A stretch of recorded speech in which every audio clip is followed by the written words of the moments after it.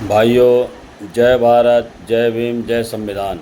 भाइयों, ये जो दशहरे का त्यौहार सनातन धर्म में मनाया जाता है, ये रावण रावण को जो जलाया जाता है, ये वो रावण नहीं है जो रामायण के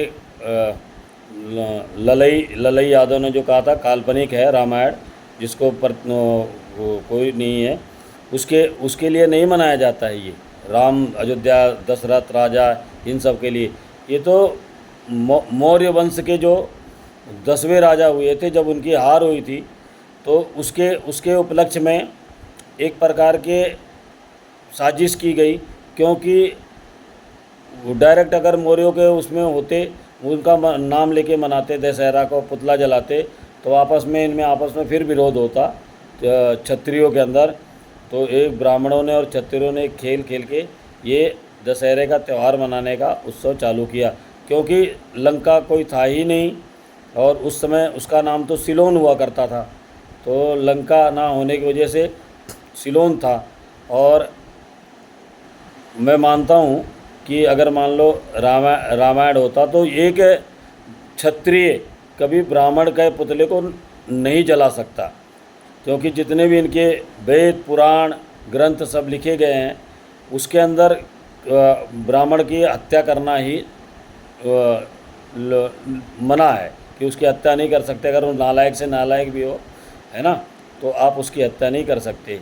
तो उसका पुतला कैसे जलाएंगे? ठीक है, अगर रावण का पुतला कैसे जलाएं, क्योंकि ये ब्राह्मण को बर्दाश्त नहीं होगा। ब्राह्मण क्षत्रियों का गुरु माना जाता है वशिष्ठ जी की वजह से, ठीक है ना, क्योंकि विश्वामित्र जी भी जब गुरु बनने लगे, महागुरु महर्षि, तो उनको महर्षि का पद नहीं दिया गया, क्योंकि वो क्षत्रिय थे, कि सिर्फ ब्राह्मणों को ही वर्चस्व था कि वो ब्रह्मर्षि का वो पदवी धारण कर सकते हैं। तो एक क्षत्रिय ब्राह्मण की हत्या कैसे करेगा? उसको मार ही नहीं सकता। तो ये मौर्य वंश का जो है इतिहास था। 10वें राजा जो हुए थे मौर्य वंश के, जब उनकी हार हुई थी, दूसरे वंश के राजाओं ने उनको जब हरा दिया था, तो उनके उपलक्ष्य में ये दशहरे का उत्सव मनाया जाता है, कि हम उन पर विजय प्राप्त कर लिए, उनसे जीत गए हैं। ठीक है।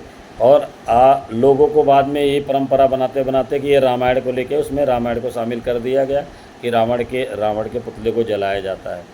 तो इसीलिए भाइयों, जो सच्चाई है उसको हमेशा दबाया गया। और ये जो हुआ है, ये मुग़लों के काल में हुआ है, उसके पहले तो मनाया नहीं जाता था ये सब चीज़ें, है ना।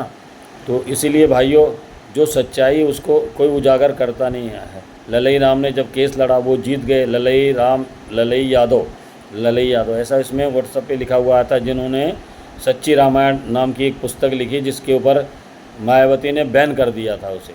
मायावती ने उस पुस्तक को, ताकि आपस में लड़ाई झगड़ा ना हो। तो कुछ नेता लोग हैं, चाहते हैं कि आपस में लड़ाई झगड़ा ना हो। अच्छा है, हमारे देश के लिए अच्छा है, उन्नति, क्योंकि हम जाति को लेकर हमेशा लड़ ही रहे हैं, इसीलिए हमारे देश की उन्नति नहीं हुई है। हमारे देश के बहुत टुकड़े हुए हैं, नहीं तो यहाँ से अफ़गान तक हमारा ही मतलब एक भारत अखंड राज हुआ करता था। और ये जात वाले आपस में लड़ा के इसको टुकड़ों में बांट दिए। इसलिए भाइयों, सभी लोग सौहार्द से रहें, आपस में एक दूसरे से नफरत ना करें, और जैसा जो त्यौहार मनाया जाता है आप में बनाइए। इसी के साथ भाइयों, जय भारत, जय भीम, जय संविधान।